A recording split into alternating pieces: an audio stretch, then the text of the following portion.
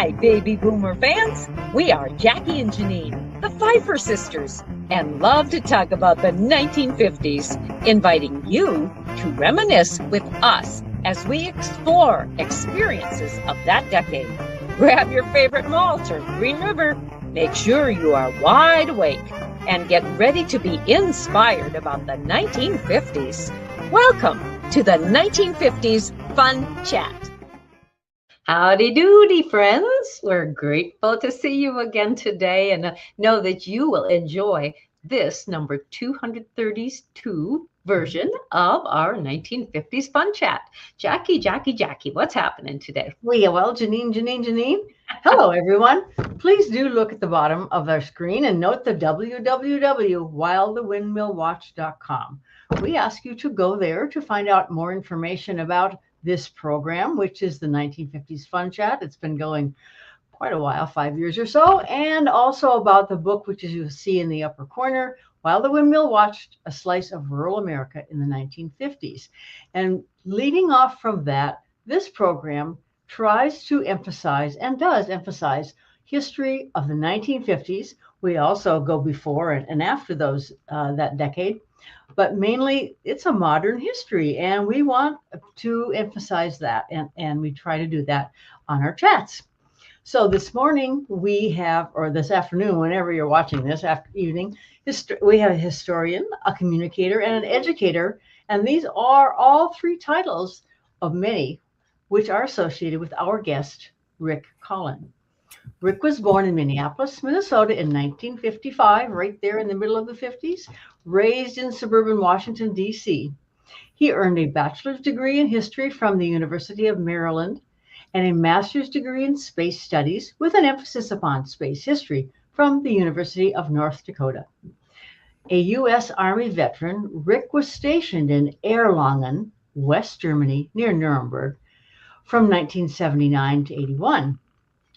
After this time in the Army, he attended broadcasting school and then worked several years as a radio news reporter, first in Williston, North Dakota, where he met his wife, Andrea, and later at KFYR studio in Bismarck.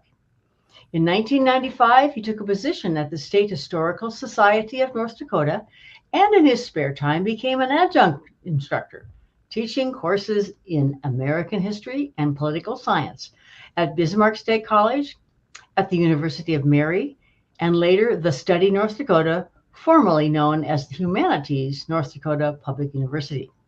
He's been retired since December of 2023 after working for U.S. Senator Kevin Cramer several years, both on Capitol Hill and in Bismarck.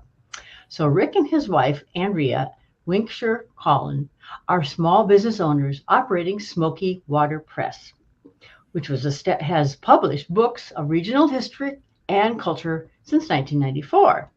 Their website can be found at dakotabooknet.com, so check it out. They live in Bismarck and have 3 daughters and 5 perfect grandchildren, ages 1 to 8. Rick, welcome to the 1950s Fun Chat. Thank you, Jackie and Janine. It's great to be here. You're welcome. We are glad you are here. But let's begin by chatting about the decade of the 1950s. That's kind of what we are focusing on. So what are some of your memories of having lived in Minnesota during that time? Bloomington, Minnesota. Well, first of all, I should mention I have 2 brothers and 2 sisters. My oldest sibling is Sister Carol. She was born in 1947, and she lives in Maryland. And then my oldest brother, Tom, born in 1949, he lives in Ohio. And then I have a sister, Mary, born in 1952, and she lives in Texas. And then my kid brother, Dan, born in 1958, and he lives in Minnesota. And what I remember about growing up in Bloomington in the 1950s, I was 5 years old when we moved away from there and moved down to Texas. But I just remember running around all through the neighborhood. I mean, it was just free. You didn't have to, be too concerned about, problems in the neighborhood, whatever. I had a lot of friends that I'd run around with and play on play sets and in their homes. I remember just a few memories. My dad using a push reel mower. to mow, not a power mower.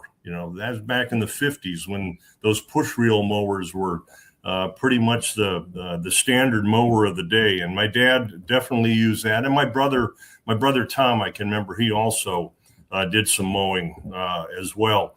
I remember sitting on my dad's lap watching Gunsmoke in the evening, that great Western that I think it actually started.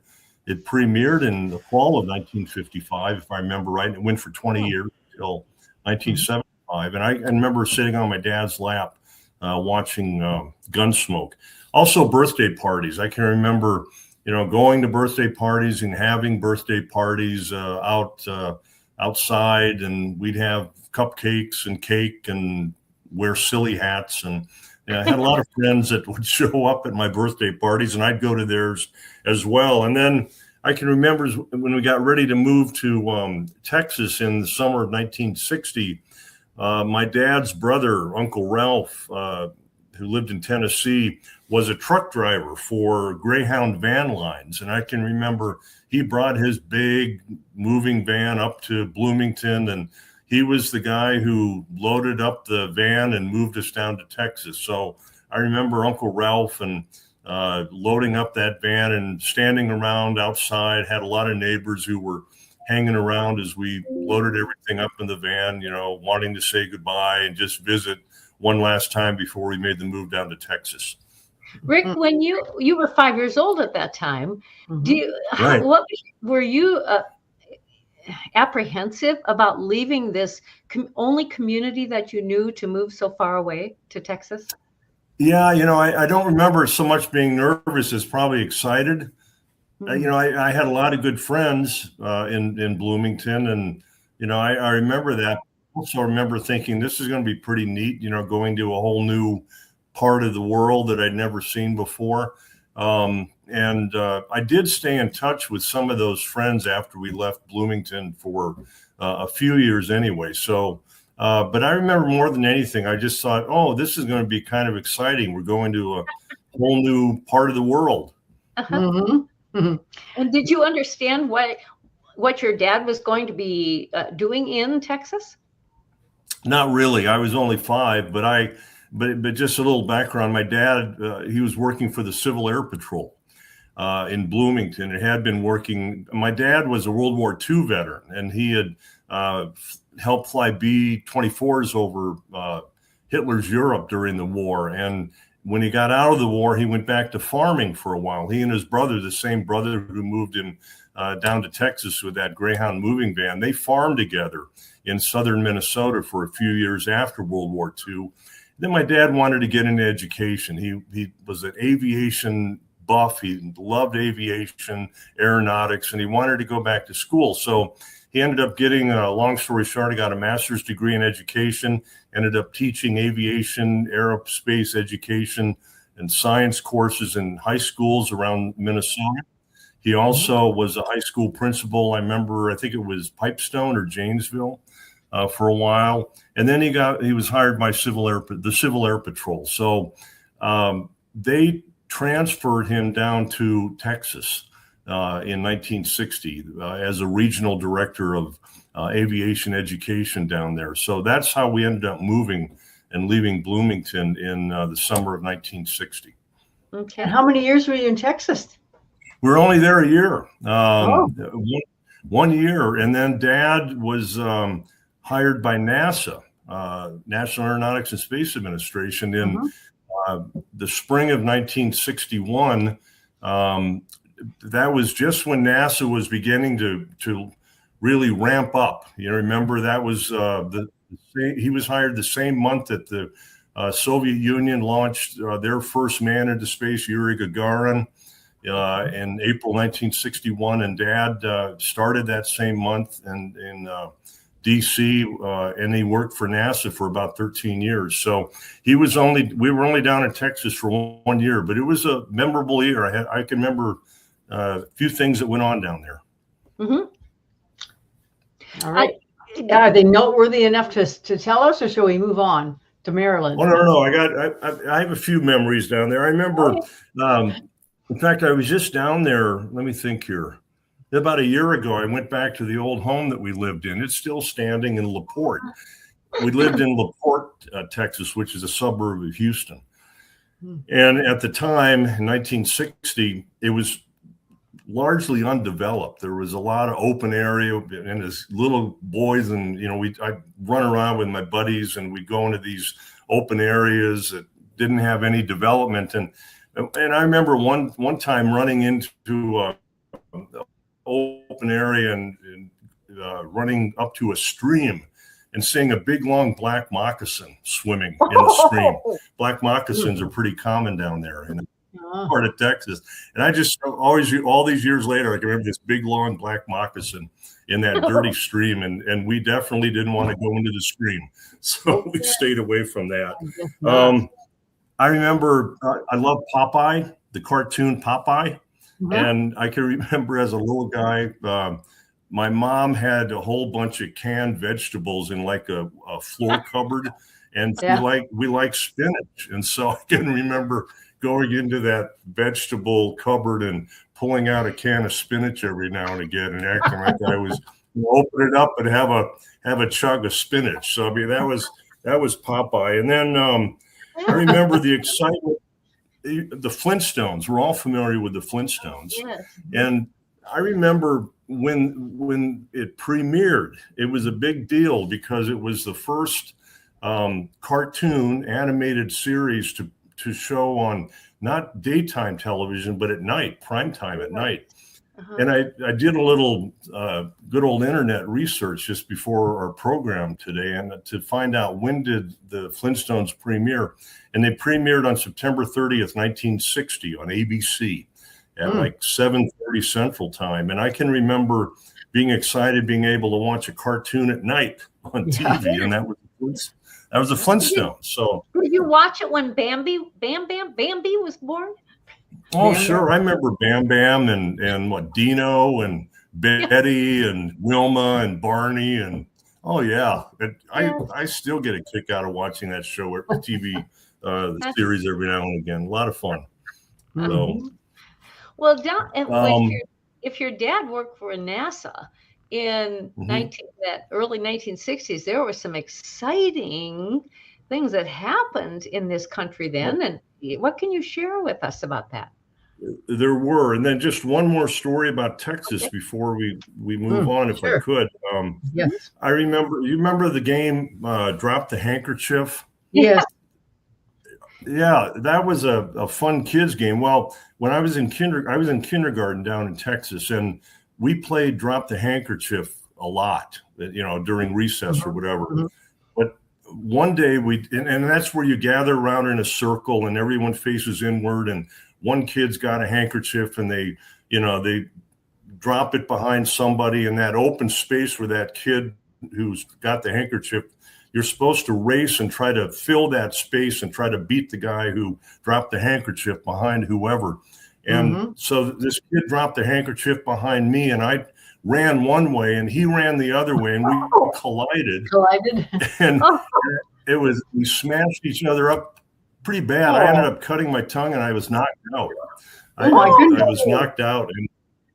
And I just remember one of the sweetest memories I have to this day is waking up in, it must have been like one of the rooms at the kindergarten I was in, but I was on a bed, but just waking up and seeing my mother standing there ready to take me home. And all these years later, I just remember how wonderful it was to see my mom. And my tongue was half cut off. Then I just remember they couldn't stitch it or anything. It had to heal. And I love dill pickles, and they said no dill pickles for a long time because of all the acidic acid, Yes. So do you have a scar? So I remember that. Do you have a scar on your tongue? What's that? Do you have a scar on your tongue? No, I don't. Oh, I don't. I just remember that being told we can't do anything. You got to let it heal, and it just eventually it did. So. Well, as a little girl, I always thought in playing that game, if there was a boy who dropped that hanky behind me, that he kind of maybe liked me. I don't know. That was just my little girl thoughts back then. Sure. And more than likely, I didn't run to catch him. I just kind of was flattered. All right, Sure. let's move on to NASA. Moving on.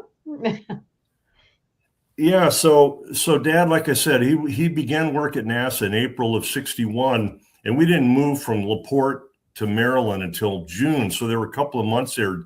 Dad went up before us, so he didn't move with us.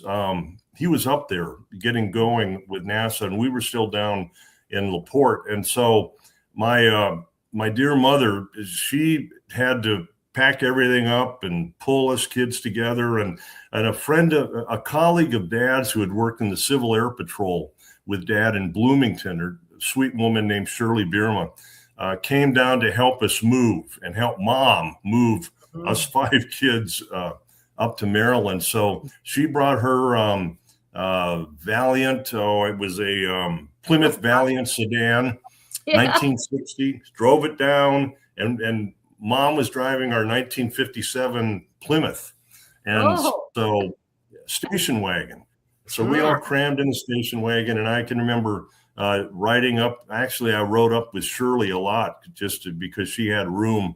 And we, my oldest sister Carol just told me yesterday, her job during this move up from LaPorte to Hillcrest Heights, Maryland, where we moved to, was to keep an eye on Shirley's car in front of us and not lose that car. She was supposed to always track it, make sure we were on track with Shirley, and Shirley told me.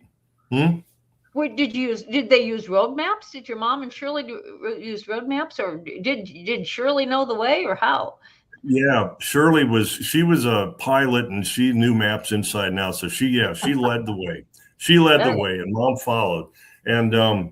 And Shirley said years later, she said, "What I remember about you, Ricky, is what I was known as, Ricky back then, was that you loved baseball even then, and I would act like I was a radio and broadcaster broadcasting a baseball game." And she said she got the biggest kick out of me jabbering on and on about these baseball games. So, yeah. So tell me, Rick, how did you attain your new house? Had your dad purchased it?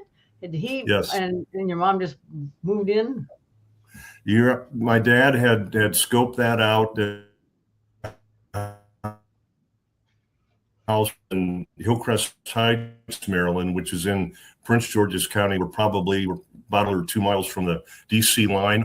And so that was the home we lived in actually, I should take that back. First, we lived in a duplex. Dad rented a duplex for about 6 months while we could just kind of start there. And then he looked around, and I'm sure he wanted to make sure Mom was part of the looking around too for an actual home that we ended up buying. So yeah, we lived in a duplex for about 6 months, and then we moved into our home, and we stayed there for about 13 years. Okay. So go ahead, Jackie. I was just going to ask about what do you recall about your father working for NASA? Were there things that he would say, I can't talk about, whatever? No, so many memories of Dad working for NASA. I can remember first he was later he worked from NASA from 61 to 74, and he was in charge of what was called the Spacemobile program, and that was to send people around all over the world actually, but they put these aerospace educators would have a van, and they literally a Spacemobile van, and they would drive around the country, and we ended up going overseas. Dad worked getting this program into 50 countries around the world as well. But they would go around and go to schools and conferences and you name it, places that would want to hear about space and learn about rocketry and satellites and what NASA was up to. And so Dad he was in charge of that program, and he was just immersed in it. And one of the great things I remember, that one of the bonuses we had, was before every one of those space flights that went up, Mercury, Gemini, and Apollo, Dad would bring home a big media kit. NASA would put together photos of the crew that was going up and all kinds of information about each of the astronauts and what the mission was about. And we'd be able to go through that. And then after every one of those missions, NASA produced, I still remember, it was a 28-minute film of the mission. And Dad he brought home a 16 millimeter projector because that's what we used back then. Yeah. And we had it in the basement, and Dad would bring home these films that were 28 minutes long after each of the flights, Mercury, Gemini, Apollo. And I'd let the neighborhood know about it. I was the most popular kid in the neighborhood when I showed those films. The basement was full. People wanted to come in and see those movies. So yes. That was a great memory. And then Dad also he actually met with President Kennedy once. He told me that. I was interviewing him about his years with the Spacemobile. He said that, yeah, I met with JFK. What happened was, long story short, the president of Venezuela visited Washington, D.C. and Kennedy in February of 1963. And he was really interested in the Spacemobile program and it coming to Venezuela. And so Kennedy wanted people from the Spacemobile program and NASA to come in and talk to the president of Venezuela about it, and Kennedy. So Dad, as being in charge of the Spacemobile program, came in with a couple of top people with NASA, and they met with Kennedy Dad said, for about half an hour, and the president of Venezuela. And the president of Venezuela said, absolutely, I want this to come to my country. So Dad said the beauty of it was, with Kennedy saying, make it a go, it would usually take many months to get one of those Spacemobile vans up and running and circulating around the country or wherever it needed to go. Dad said with Kennedy saying, get it done, it took only 6 weeks. And they had that Spacemobile van down in Venezuela driving around and delivering programs. Mm-hmm. So Dad said it helped to have JFK. Yes. Did that Spacemobile van have a unique shape or print wrap on it so that people would stop and take a look at it and question what's going on in there? Well, yeah, I did actually. I should have had a picture to show you, but they were blue, and they were they were big van, not like trailer truck vans, but they were big like just vans, space vans or vans, and then but they'd have written across the side NASA Spacemobile program, and so you definitely knew what you were seeing when you saw them drive down the road.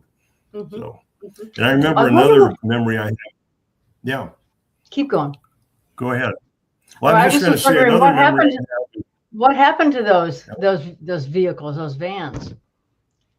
Well, it's interesting you ask, because they were put to a lot of use. They put a lot of miles on those vans, and I can remember some of the Spacemobile specialists, the fellows that would go into the schools and give the presentations at assemblies, or they'd go to conferences or whatever. But they were the ones who were out there showing, what NASA was about and showing how rockets worked and the satellites worked and all that.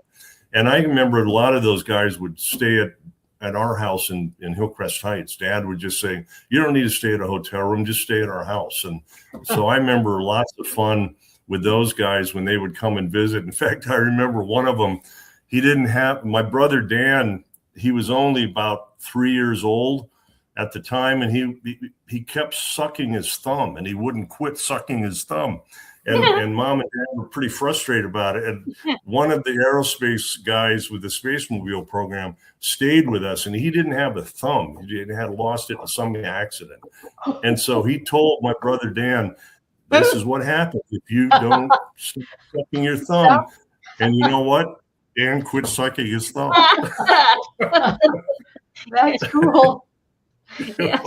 So the time you were showing these videos, can you recall if any one of those young boys and girls actually went further on to be in the space program, or did you lose contact with them and you have no idea?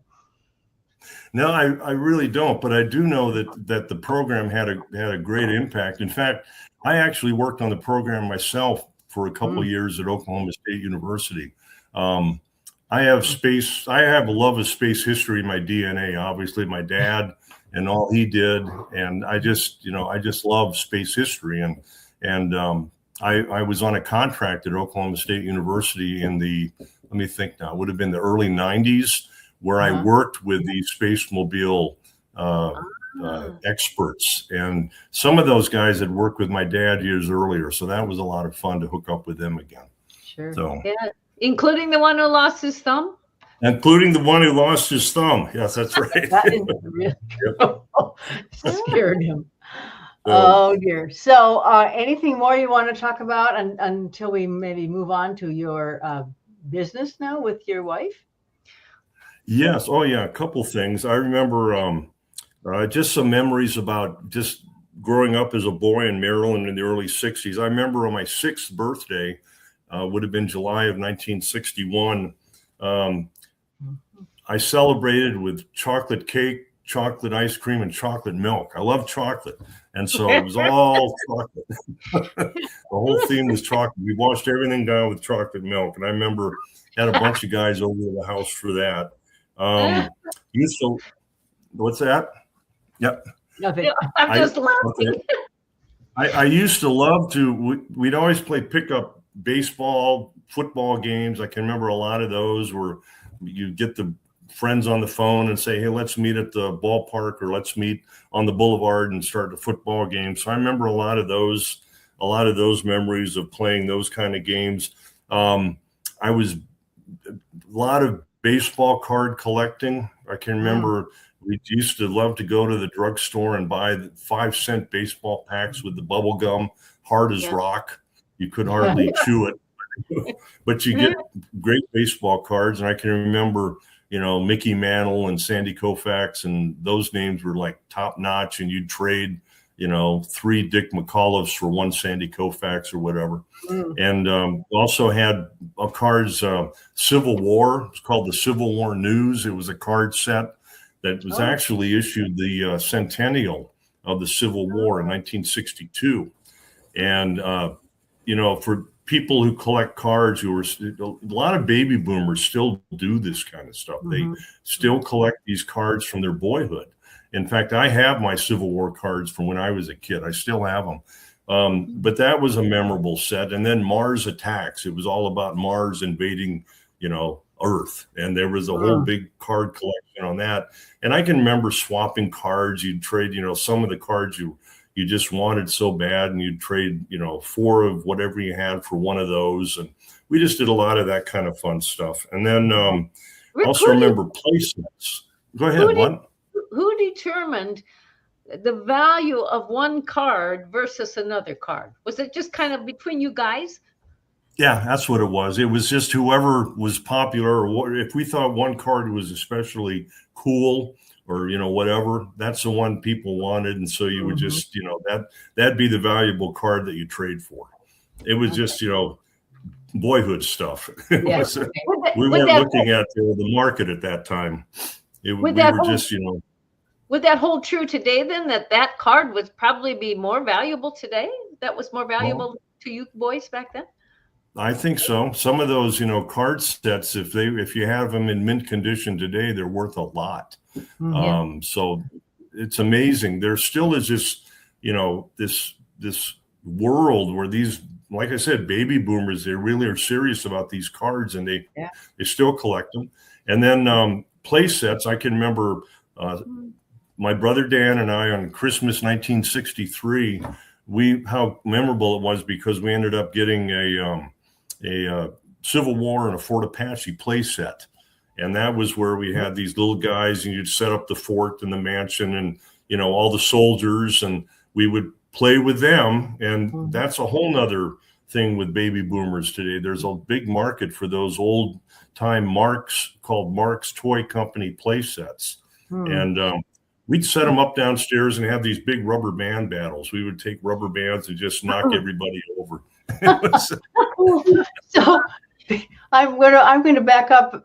Before you mentioned 63. Sure. How about November of 63? What do you remember about that time, and what are the results for you personally? Yes, that was that's my first real memory of a president. That was John F. Kennedy. And of course, that was his assassination, when he was assassinated. And I can remember, as all of us, so many of who watch your program, and of course you remember, you never forget what you were doing when you got the news that the president had been shot. And I was 8 years old, and I was in third grade, and I was at elementary school, and the secretary for the school got on the public announcement system and announced that President Kennedy has been shot from ambush. And it wasn't like he was dead yet. He'd been shot. And I remember thinking, because I was just 8 years old, I thought ambush meant some man had jumped from behind a bush and shot the president. That's what ambush meant to me. And I remember the teacher sent us out for recess shortly after that. And I remember coming back in, and the door holder, you remember in those days you had door holders, signed door holders. And the girl said to me as I walked into the school again, she just said, "He's dead." And of course I knew, even then I knew who she meant. And so then they sent us home. That was a Friday afternoon. They dismissed school early. It was in the early afternoon, so it wasn't too much school we missed. But then I remember going home, and we lived just about 8 miles from Andrews Air Force Base. And that's where Air Force One flew out and flew Kennedy out to Dallas, and then brought his body back from Dallas. And the TV was monitoring, the arrival of Air Force One at Andrews. And I can remember it was dusk, about 6 o'clock at night. And they were saying that it was getting closer to Andrews Air Force Base. And so my brothers, Dan and Tom, and I went out in the yard, and I can remember watching Air Force One fly over the house. The red lights were flashing, the distinctive, big airplane, and seeing that getting ready to make its way to Andrews to land. And then going into the house, and a short time later, I can remember watching President Johnson give his talk about, we will do our best. That is all we can do. And I just remember being reassured. He was such a big man. I was just a kid, 8 years old. And it just, you look around, my parents were shook. Everybody was shook by what had happened. Yeah. But I remember LBJ was such a big man, and he was reassuring to this little guy. And I remember he had the biggest ears I'd ever seen on anybody. So, and I wrote a condolence letter to Mrs. Kennedy. I mean, we hundreds of thousands of people did this, and yes. I don't know what I said. I can't remember a word I said. I don't know. I mean, why I did it. I just did it, and later I ended up getting a thank you note from her that she had sent out to all these people who had written her a condolence letter, and I could show it to you right now.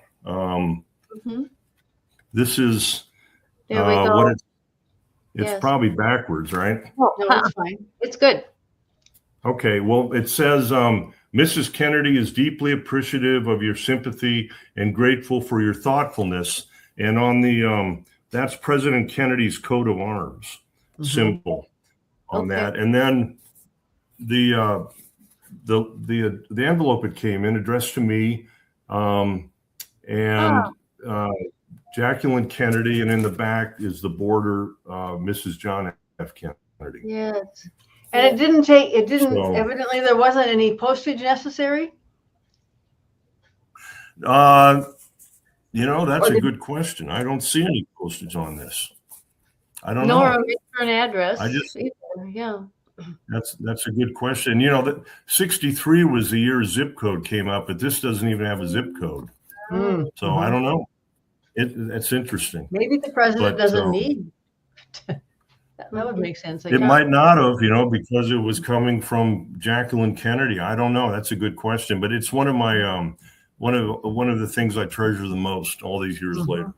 So Rick, when you received that in the mail, can you recall what your feelings were or your emotion was at that time? I can't say I even remember when I received it. I just don't. I don't remember a single word I wrote. I actually contacted the Kennedy Library in Boston about, 15 years ago to ask them if they happen to have my letter in their archives, because they have a lot of them. They kept a lot of them. But the lot, I guess they didn't keep. And the fellow got back to me one of the archivists out there, and he said,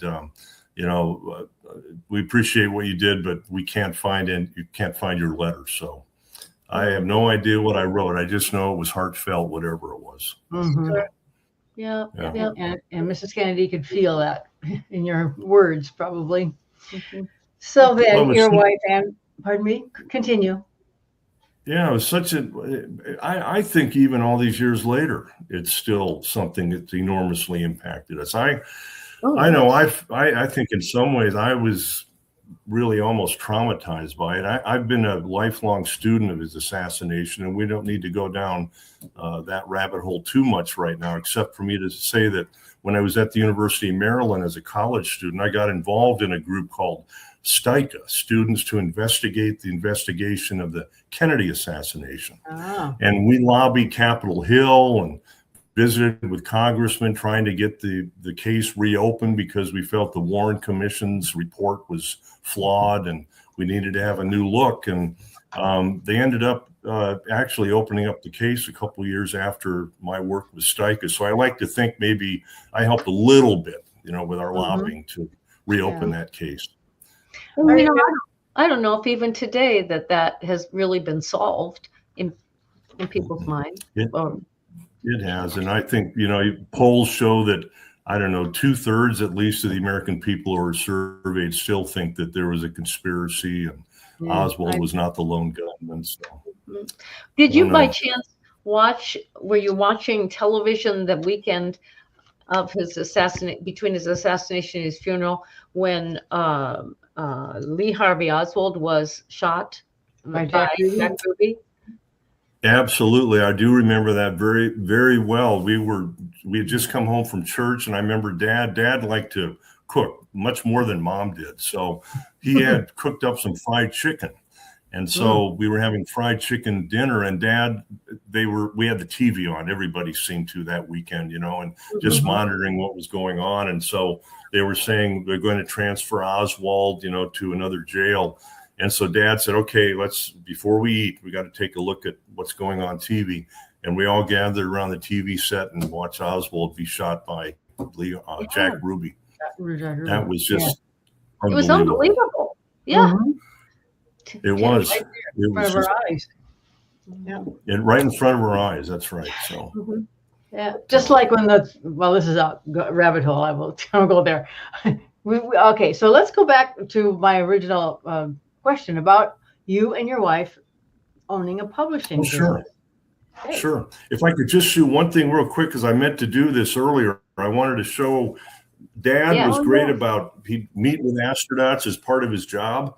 And I don't know if you can see that. It's kind of a glare, but he'd get astronauts to sign copies of pictures for my brothers and me. So I don't know why he didn't do it for my sisters, but he did it for my brothers. So Tom and Dan and I have these autographed photos. This is John Glenn, and it says, best regards to Ricky, John Glenn.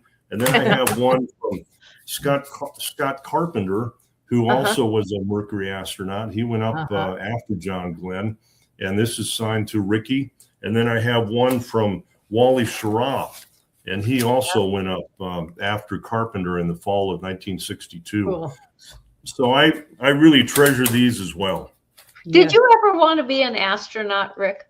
I can't say I ever did, but I was always interested in those guys. I can't say I ever wanted to be one, but because I wasn't so much into science like my dad was, I'm more of a history and arts and, biography kind of guy. And I wasn't so much into the science, and you really have to be quite a science-oriented person to become an astronaut. So,